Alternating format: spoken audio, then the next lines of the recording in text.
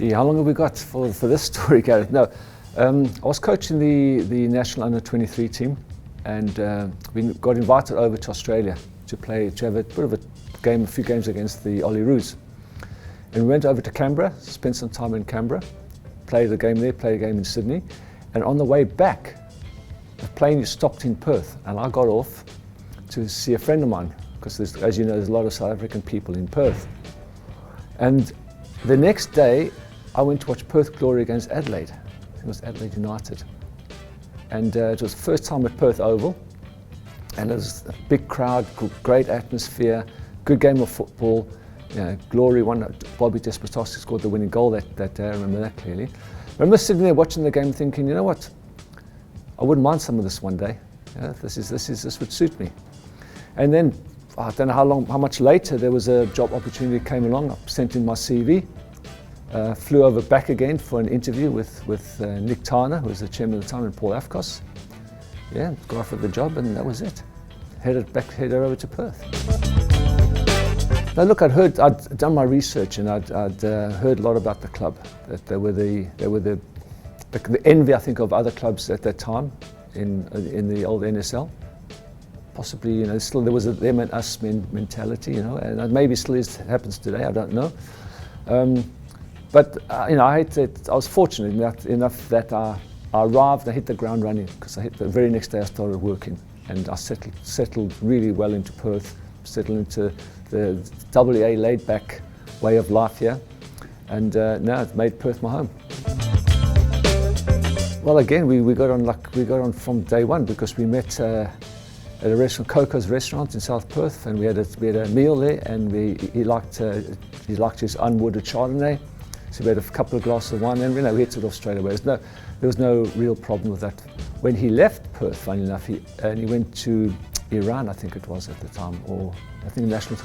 He asked me to go with him, but yeah, I just opted out and decided to stay and take on the head coach position.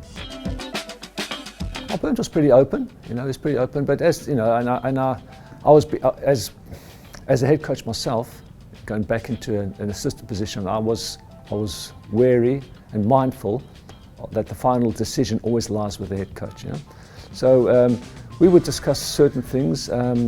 He had his own way of playing, his own style of playing, and my job at that time was to back him and support him and add value wherever I could. And it was a interesting and good relationship. We still keep in touch today. He had this charisma. He had everyone in Perth, in the media, everywhere, eating out the palm of his hand. And at the time, I think he was the best thing for the game. Certainly in West Australia, best thing that could have happened for the game was to bring Burnt in at that time that he came. Now, I had an agreement with the chairman that, you know, that I would be assistant to Burnt, and that when he left, that I would take over as the head coach. So that was always in the back of my mind. But obviously, you know, as being Burnt, I enjoyed working with him, and I didn't really want to see him go, but you know, he felt it was time to move on, and as I say, we're still friends today, and that's important. It was. Look, and I was under pressure. Make no mistake about that. When I took over as head coach of Perth Glory, I was under big pressure because of how popular Burnt was. Not only with the media, but also with the supporters. You know, the famous story of him. He always used to go to before the game, and wave to the crowd. Remember, and he kissed the kissing of the policewoman. She had all these things. Yeah, very popular guy, and successful as well. So I was under pressure when I took over. And I thought there was some big shoes to fill. But I had confidence in my own ability, yeah, and then we went on from there. Now that game seems like yesterday. You know, it's a long time ago, but you know, at half time we were cruising, we were playing well, and now I don't actually know what actually happened in the second half, but it was a totally different story. I even heard somewhere that people had gone out to have T-shirts made at Perth Glory champions. Yeah, and then the extra time and the penalties. Look, they game made everything, and the fact that people today still talk about it, you know, gives an indication of what a great occasion it was. Unfortunately, with the wrong ending. then that game, no. That game I don't remember. I can't remember what was a catalyst in that, thinking back, could we have done anything different? I don't know. That I won't know. They're devastated at losing, and the whole town, the whole Perth felt the same way, and that would have been the cherry on the top if we had won that grand final, because of, as I say, it was everything that happened leading up to the final, the big crowds, the swell of crowds, and the desire for everyone to win the grand final. It just wasn't to be part of life, part of football. Gareth, it did then, and it still does today. It's one thing I cannot get my head around, that, for me, it's first past the post is the winner. I just cannot understand how you can win the league in every other country in the world almost, but still have to go through this process of reaching a grand final and win the grand final in order to be considered the champions. It just doesn't sit well with me. However, I realise I ain't going to change, so we just embrace it. Well, even before grand final week, there was a lot of pressure on the team, a lot of pressure on us to win. You mentioned that we'd been considered chokers, yeah? But even prior to that, prior to the grand final, and this is something that people possibly don't realise or have possibly forgotten, that even during those times, we had our challenges. It wasn't a case of just turning up on match day, playing the game, picking up the 3 points and going over. It wasn't like that at all, because at the time we were the envy of other teams in the league. Everyone wanted to beat us, so everyone that played against us was their grand final. They used to love coming over to play in Perth because of the big crowds that they weren't getting probably over east. So there was a lot of pressure on us to perform and to win. And of course, as we kept winning and winning and winning, it became almost, I would think, I'll be careful I choose my words here, but it became almost, people expected us. There was an expectation for us to win. I remember one game we played at home when we won 4-1 at home. We 4-1, and I think we were 3-0 up at half time, but we won 4-1. I go into the press conference afterwards, and the first question I got asked was, what happened to the team in the second half? This expectation, so this weight of expectation was on everyone's shoulders, and because of the fact that we had lost the previous two grand finals, I had to think outside of the square. And so that week leading up to the grand final, my role was just to try and relax the players, calm them down. We even had, I invited Mrdja for supper. We went for supper in Northbridge with a group. He spoke a bit to the players, allowed them to have a couple of beers. It's totally different, just to take the pressure off their shoulders and the weight of expectation I knew would be on grand final day. Well, if you remember, I always used to watch from the top. True. But at the last 15 minutes, I actually went down to the bench. And after the game, I reminded myself why I don't go onto the bench, because I lose it completely. I remember we scored the second goal. Damien Moore scored the second goal. And straight away I said to Alan, we're going to make a substitution. He said, we can't, we made our substitutions. I lost it completely. Because I get so involved, I'm a laid back guy, but I'm very passionate when it comes to on game day. So yeah, just again, to win that grand final, I think it was just a relief for everyone, and just wonderful that we could do it at home for our supporters. That was special. Correct. Even in South Africa, I was warned, if you carry on like this, you're going to have a heart attack. It's not good for your health, the way how excited and emotional and passionate I get on the bench. But also, I was then, and I still am now. I'm a firm believer in cross training. I look at what other coaches are doing, try and pick the good points out of it. And at the time, other coaches, their coaches were watching from above, because you get a far clearer view of the game. You can see the whole pitch. So on dugout level, sometimes you don't get a clear picture. So it was I enjoyed the detachment, as well as being able to think clearly by sitting up in the stands.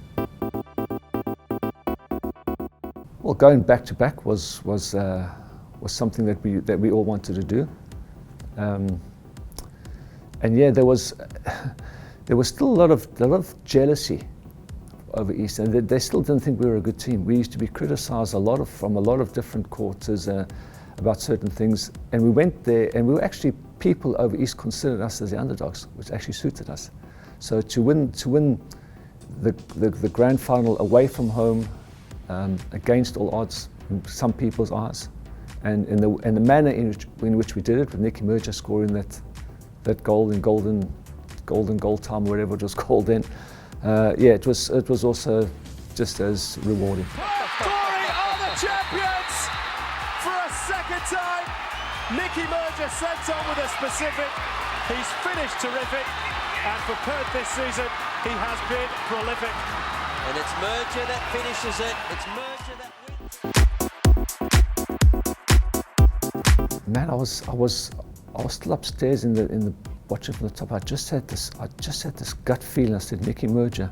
He'd come on a few times previously. He'd come on, scored goals and done well, and I just had this feeling. I just said, this is Mrdja's year. So I rushed downstairs, got Bobby off again. Bobby wasn't happy, taken off for the grand final, and Mrdja went on and scored the goal. Yeah, just one of those. Sometimes, they say you go with your gut feel. It really was a gut feel.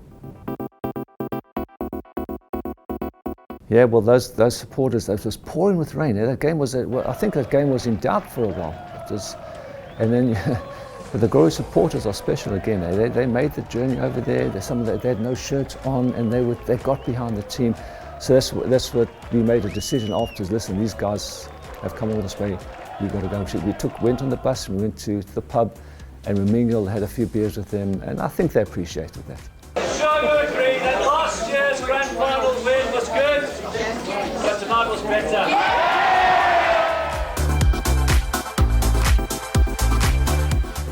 The first few months, that was a bad time for the club, because the owners had sold the club, FFA had taken over the club, things were up in the air, and I was at the time I was head of football, technical director at the club. But then it fell apart, and we went our separate ways. Yeah, I've never openly said that I wouldn't coach Perth Glory again, but obviously you've got to be approached first. The characters, Bobby Despotowski was probably up there, was with the best of them. Bobby is very strong-minded, wants things his own way. If he didn't get things his own way, he wasn't happy. But at the end of the day, I didn't have a problem with that. I respected that, and I managed that, and we had a mutual understanding, a mutual agreement, basically, respect. That's still there today. I still catch up with Bobby every now and then for a coffee or something, and that's just the character is. But you need those kind of characters in the dressing room. He and Damien Morey formed an incredible, striking partnership. Again, that people, just took for granted. But they worked hard. But they worked a lot together off the pitch, because they were golfing partners. And probably a story's been told before. They used to play golf together on a Wednesday, and they'd be playing golf and talking about the opposition defenders they were going to play against on the weekend, and what their strengths and what their weaknesses were. So all those kind of things, all those different ingredients and mechanics helped the team to become what it did. Oh yeah, there were a few of them. Probably the one that sticks out in my mind the most was the Brazilian boy Edgar. Edgar, he was, you talk about unsung hero. He was exactly that. No one spoke about him. No one mentioned him. But the players, the opposition, when you played against him, understood and realised what a good player Edgar Jr. was. So I would say he was probably, and the fact that he was quiet, he couldn't speak English properly, didn't have much to say, but boy, oh boy, did he do a job for the team when he was on the field. Oh yeah, I'd sit with the directors, and we'll go through at the start of the season which players we wanted, which players I didn't want. Again, we talk about players that you sign, there's also players that you have to let go, and that's the biggest, that's the hardest part of the job, is letting players go who think they've got a job for the following season, and you've got to say, sorry, you're not part of the plans. And that's the other side of the job that I don't enjoy. I don't think anyone enjoys. But I say locally, nationally, the Australian players, I knew who would fit into the way I wanted to play. Because don't forget this, and always, when you sign a player, Gareth, you don't sign a player necessarily because he's a good player. You sign the player because he's going to fit into the system and the way that you want to play. I think that's also just to sign. If you sign 11 of the best players, doesn't necessarily mean you're going to be a good team. Sign the players that's going to fit into the way you play, and that's what I was able to do. I had the backing, the support of the directors, and at the time it was again Nick Tana and David Rodwell had taken over, brought into the club after Paul Afkos shares, and we would always sit and discuss these things beforehand. Obviously there was budget constraints, as there are today, but generally they were very, very supportive. Bernd liked to play 3 central defenders. That was his way of, and he believed that he was comfortable in playing. But I thought over there, especially towards the end of his 3rd year, I thought teams started to suss us out. And I did suggest him once to maybe go to a back 4, change to a back 4, but he wasn't comfortable with that. Again, I respect that. But so when I took over, that's the first thing I did. I changed the system of play. We went to a back 4 rather than the back 3. So I had to tinker that way. I believe you've got to have enough faith in the players in your team that you select and that you train and that you coach to go out and win the game. I never ever worried about the opposition. I always, and I'm still of the belief today, that let the opposition worry about you. You've got to be so good at what you do, and your team has got to be so good that the opposition worry about you and they change their tactics to counteract what you're doing rather than the other way around. I've never changed a team based on opposition we're playing. Don't believe in it. Look, I think I had a good relationship with them. I never reached the heights that Bernd Stang did, and I don't think anyone would, because he was just a special kind of character. Eh? But I think they respected me, and obviously they grew to love me because of one reason only. I brought them success, and I brought them the championships that they craved. No, there's nothing, because again we were so successful, and that winning became such a habit, Gareth, that I tell you what, and sometimes I remember once going out after a game on a Saturday night, and I went into Northbridge for a drink with a friend of mine, and there was a couple of people sitting outside, and they said, "Oh, Glory, how did the Glory go tonight?" I said, "No, we won 2-1. They won again." And it was almost, and that stuck in my mind. I thought, jeepers, these people, they're just an expectation to win. That's where they said the pressure started building. So would I do anything different? No, nothing. I think it would be up there, but I had different highlights in South Africa. You know, I'll just briefly tell the one was when I was coaching the under 23 team, as I told you, but I went on a talent identification program around the country, and I picked up boys from really, really low socio-economic areas, boys living in tin shacks, brought them into the program, and those boys, a lot of them went on to professional contracts and professional careers. So that's one of my fondest memories as well. There was a lot of Perth Glory players that obviously, but up there would have been Bobby. Yeah, he was a real talent. He was a special talent, and there was another young boy that unfortunately Perth Glory supporters didn't get to see too much because he came in, and then he was whisked off to Juventus. Was Mrdja. He was a special player. Yeah. In the more modern era, there's one name that sticks out for me very quick, and it's Diego Castro. I think he's, he's worth the entrance fee alone sometimes when I watch him, some of the things he does. Special player. It's got a special place in my heart. You know, that's always will be there, and wherever I am, I will watch and look for the Perth Glory result.